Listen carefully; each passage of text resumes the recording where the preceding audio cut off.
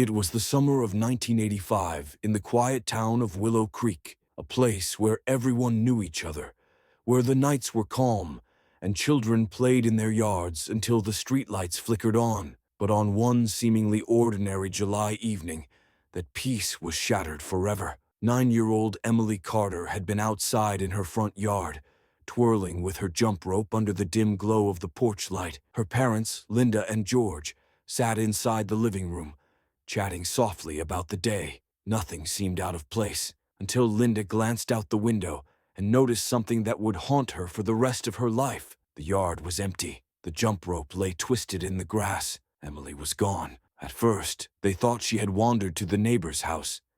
Maybe she'd gotten distracted by her best friend's dog, or perhaps she'd simply run inside for a glass of water. But within minutes, panic began to set in. The Carters rushed through every room, calling her name. No reply.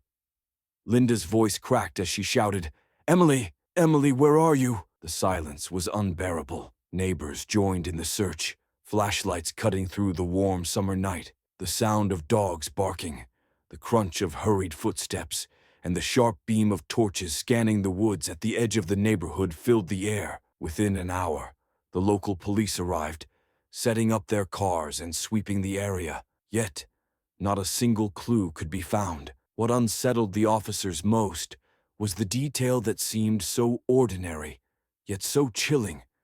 The jump rope left behind. It was still coiled, as if Emily had dropped it mid-game. There were no signs of a struggle, no footprints, no broken branches leading away. It was as if she had simply vanished into thin air. Rumors spread quickly. Some whispered about a strange blue pickup truck spotted earlier that evening, circling the neighborhood. Others claimed they saw a shadowy figure standing by the woods, watching, but none of these accounts were consistent, and none of them led to Emily. By midnight, Willow Creek no longer felt safe. Parents pulled their children inside, locking their doors and drawing their blinds. Police officers combed the area, their radios buzzing with frustration, but no one had answers. And for the first time in the Carter family's life, silence replaced Emily's laughter. A silence so heavy, it pressed against the walls of their home. But this was only the beginning. What investigators would find, or fail to find, in the days ahead, would make Emily's disappearance one of the most haunting mysteries in Willow Creek's history. The morning after Emily's disappearance, Willow Creek woke up to a nightmare. Posters with her picture were quickly printed, stapled onto wooden poles, and taped to every storefront window. The words "Missing Emily Carter, age 9, stared back at the townspeople as if reminding them that something unthinkable had happened right in their own neighborhood. Volunteers gathered at the town square, forming search parties. Police dogs sniffed through the woods, their handlers urging them forward. But the dogs seemed confused, stopping and circling as if Emily's trail had simply evaporated. Helicopters hovered above the thick tree line, while officers trudged through muddy fields and drained ditches. Still, there was nothing. No clothing, no shoes, no signs of a struggle. George Carter clung to hope, insisting to reporters that Emily was strong, smart, and would find her way back. Linda, on the other hand, could barely speak. She sat on the porch steps for hours, staring at the jump rope left behind, whispering Emily's name over and over. The rope had become a cruel reminder of how quickly their lives had collapsed. As the hours turned into days, the search grew more desperate. Local kids were interviewed. Some admitted hearing faint laughter near the woods just before Emily vanished, but none of them could be sure it was her. An older man swore he saw a blue pickup truck parked by the creek that night, but when police tracked down every owner of such a vehicle in the county, nothing suspicious came up. Then came the rumors, the kind that spread like wildfire in small towns. Some claimed that the Carter family wasn't telling the whole truth, that maybe Emily had run away because of something at home. Others whispered about an abandoned farmhouse outside of town, a place long believed to be cursed, where strange lights were said to appear at night. Despite all the leads, the trail remained cold. Each day without answers pulled the town deeper into paranoia. Parents no longer let their children play outside. Strangers were eyed with suspicion. And the Carters, they were living in a waking nightmare, their home filled with reporters, neighbors bringing casseroles, and detectives questioning every detail of their lives. But just as hope began to fade, something eerie happened. A little boy from the neighborhood brought forward a chilling piece of information. He said he had seen Emily that night, but not where anyone expected. The boy claimed he saw her near the woods, holding hands with someone much taller, someone he couldn't quite identify. Who was this figure? A friend, a stranger, or something far more sinister? By the third day, Willow Creek was gripped by whispers and suspicion. Parents eyed every stranger, neighbors whispered behind closed doors, and every creaking sound in the night became a possible sign that something terrible had happened. Emily's disappearance was no longer just a tragedy. It had become a town-wide obsession.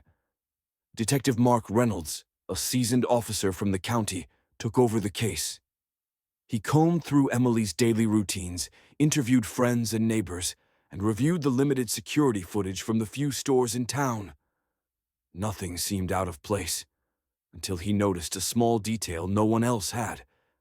The back gate to the Carters' yard, usually locked, had been left slightly ajar that night.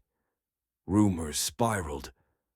Some said Emily's disappearance was connected to the abandoned farmhouse at the edge of town, a place notorious for strange lights and eerie sounds. Others spoke of the shadowy blue truck, claiming it had been spotted multiple times in different neighborhoods. Paranormal enthusiasts even suggested that the woods themselves had something to do with it, that Emily had been taken by some dark force that lingered in Willow Creek's forests. Meanwhile, Emily's friends shared their accounts. They spoke of a stranger in the playground who had offered candy and asked questions about her daily routine. No one could describe him clearly, except to say that his presence made them uneasy. Detective Reynolds filed these accounts, but couldn't confirm their validity. Even as professional investigators worked tirelessly, small-town hysteria grew. Parents no longer allowed their children outside unsupervised. The local school bus routes were changed, and every time a child went missing, even briefly, it triggered panic. And yet, no solid evidence surfaced, no footprints, no fingerprints, nothing to explain the sudden vanishing. Emily's room remained untouched, her bed unmade, toys scattered as if she had simply disappeared mid-play. Then, late one evening, a local man reported something chilling. He swore he had seen a child-sized shadow moving along the woods, just at the edge of the streetlights, disappearing into the trees. Was it Emily, or just a trick of the night, a shadow playing games with those who looked too hard for answers? The question hung over Willow Creek like a dark cloud. Everyone wanted answers, but the more they searched, the more the mystery deepened. By the end of the first week, whispers about Emily's disappearance had turned into chilling tales. Some townspeople claimed they had seen her ghost wandering near the woods at night. A few even said she appeared in their dreams, calling out for help with a voice that seemed both far away and painfully close. Detective Reynolds tried to keep the investigation grounded in facts, but even he couldn't ignore the strange reports. Equipment placed near the woods, motion sensors, cameras, even simple tripwires, sometimes triggered inexplicably, yet showed no one there. One night, a patrol officer claimed to hear a child laughing near the old creek, a laugh that vanished as soon as he tried to approach. The abandoned farmhouse, long considered a source of local fear, became the center of attention. Paranormal investigators arrived, setting up cameras and infrared equipment. They captured odd readings, temperatures dropping suddenly, fleeting shadows darting across the halls, and strange sounds that couldn't be explained. One investigator even reported seeing a small figure in a window, but when the team checked, the farmhouse was empty. Meanwhile, Emily's parents were becoming desperate. Linda refused to stay inside after dark, wandering the neighborhood calling Emily's name. George, though a rational man, found himself questioning reality. Was Emily really gone, or was something unnatural keeping her hidden? As days turned into weeks, the town's fear deepened. Every missing cat, every rustling in the trees became part of the legend.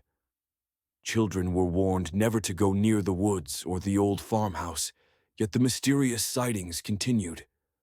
Some experts suggested the phenomenon was psychological. The town had become so obsessed with Emily's disappearance that people saw things that weren't there. But others whispered of something older, something lurking in the shadows of Willow Creek, a darkness that had chosen Emily as its victim. The questions remained unanswered. Had Emily wandered into the woods and gotten lost, or had she been taken by a human or something else entirely? And why did the strange events seem to intensify the longer she remained missing? One thing was certain: the town would never be the same. And Emily's name would haunt every corner of Willow Creek for years to come. By the second week, the official investigation intensified. Detective Reynolds requested assistance from the state police, bringing in forensic teams, cadaver dogs, and additional patrols. Every inch of Willow Creek was searched, from the dense woods to abandoned barns and the edges of the creek where Emily had last been seen. Interviews with neighbors revealed small, unsettling details. A man seen pacing near the Carter house, a van parked overnight with its engine running, and children who swore they heard whispering in the dark.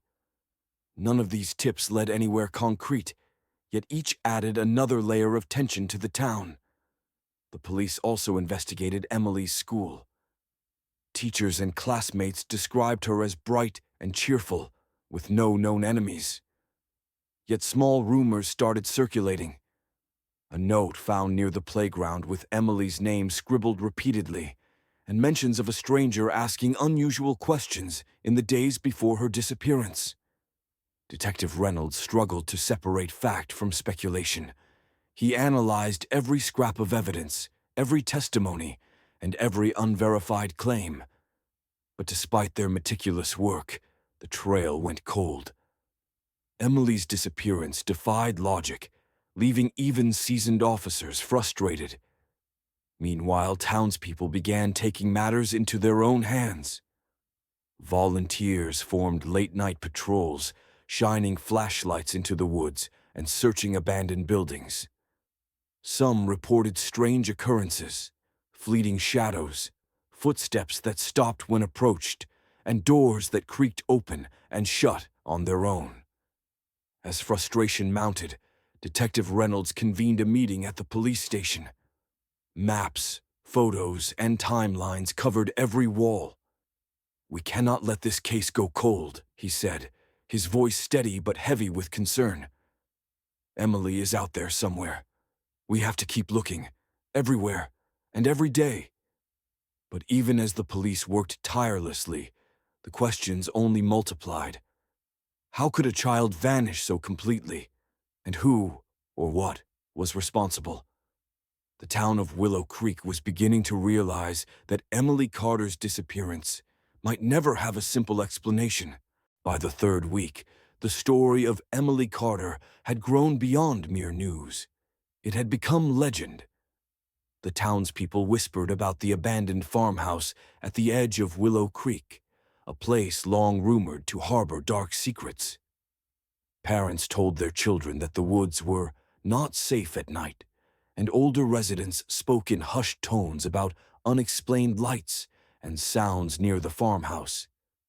Some claimed that strange symbols were etched into the trees nearby, symbols no one could decipher. Others swore they saw a small figure, sometimes a child, sometimes something more shadowy, moving just beyond the line of streetlights. The more people spoke, the more the story grew. Local radio shows dedicated segments to the case, with callers sharing eerie sightings and theories. Some listeners were convinced Emily had been taken by a stranger, while others suggested paranormal involvement, claiming the town itself was haunted by something older than anyone remembered. Detective Reynolds remained cautious, dismissing most supernatural claims. But even he could not deny the pattern of disappearances in the area over the past decades. Children, sometimes pets, vanishing without a trace. Each incident was dismissed individually, yet when looked at together, it painted a chilling picture. Meanwhile, Emily's parents were approached by self-proclaimed psychics and investigators of the paranormal. They refused at first, but desperation made them consider every possibility. One psychic claimed that Emily's energy was trapped somewhere, between worlds, and that her presence could be felt near the woods at night. The town was divided.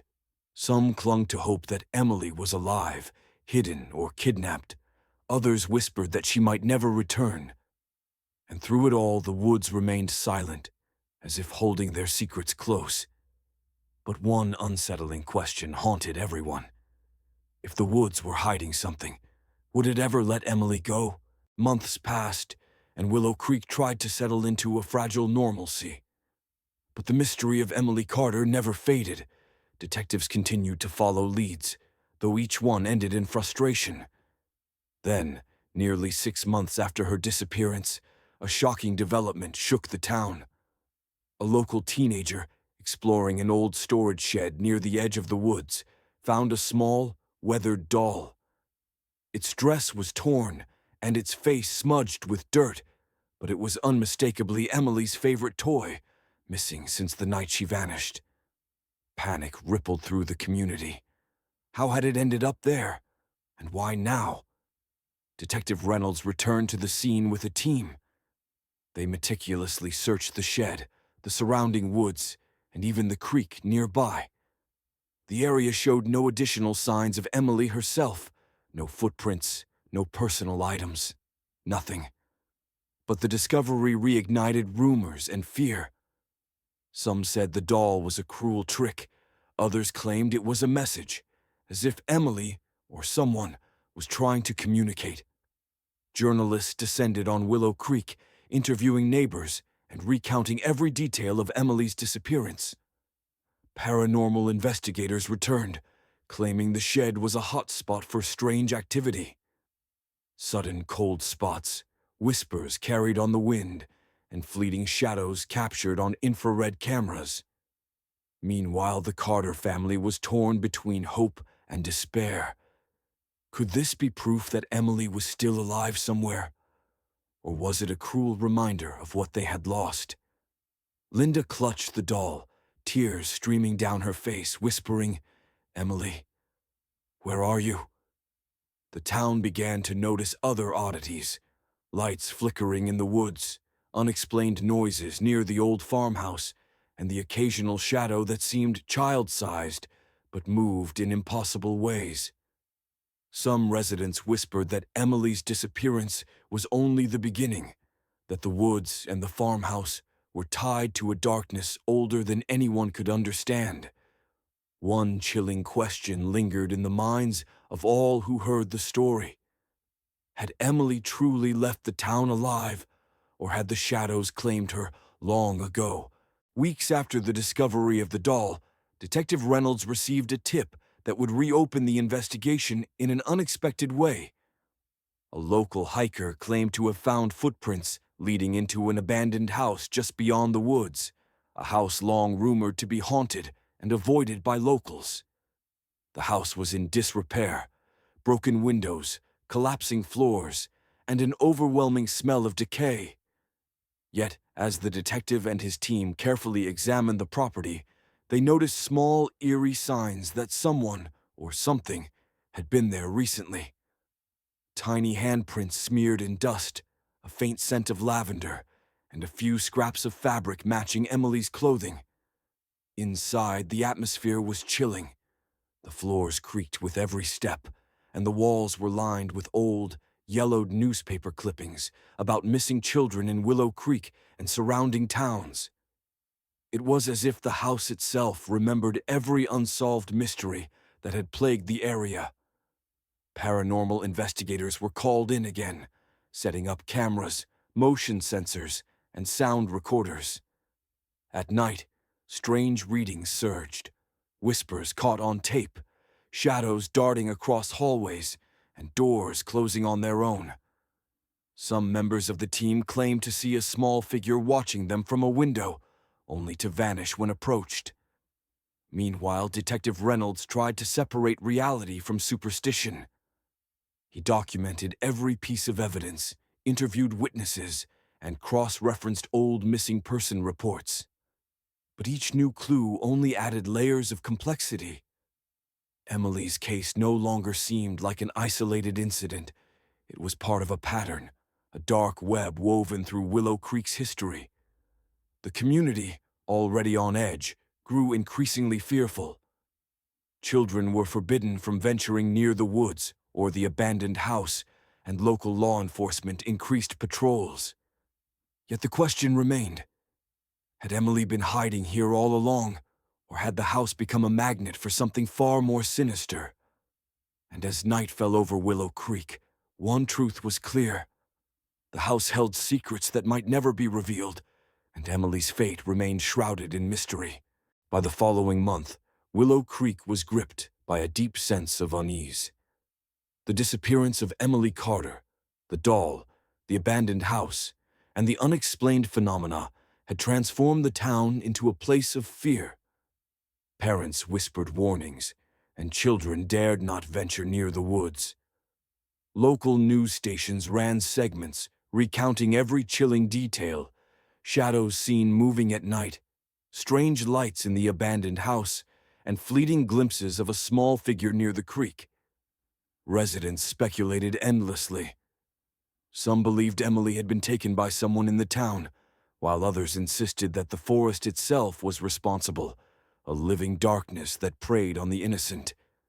Detective Reynolds continued his relentless investigation. He reviewed old reports of other missing children, connecting dots that had been ignored for decades. Patterns emerged. Many disappearances happened near abandoned buildings, often on warm summer nights.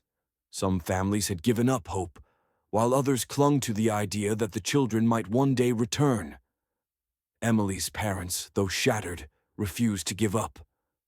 Linda began writing down every detail she could remember about that night, hoping to find clues she had overlooked. George spent hours combing the woods and abandoned buildings, looking for even the smallest sign. Yet the town's fear grew more palpable with each passing day. People reported hearing a child crying in the distance, only to find nothing there. Pets refused to go near certain areas, and even law enforcement officers felt a strange, unexplainable tension when entering the forest or the abandoned house. And then came the whispers from Emily's friends. They spoke of dreams where Emily appeared, asking for help, pointing toward places no one had investigated. Were these dreams mere memories, or something more, a way for Emily to communicate from wherever she was trapped? The question that haunted everyone's mind was simple, yet terrifying. What had truly happened to Emily Carter, and would anyone ever find the answers? Years passed, yet Willow Creek never forgot Emily Carter. The town had changed. Children no longer played freely in the streets, and parents remained vigilant at all times. The abandoned house and the surrounding woods were marked as off-limits, but curiosity and fear kept their stories alive. Detective Reynolds, now older and nearing retirement, continued to revisit the case files.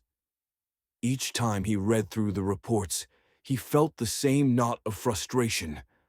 The evidence had always been there, scattered in pieces, but the puzzle remained unsolvable. Every lead seemed promising, yet every trail went cold.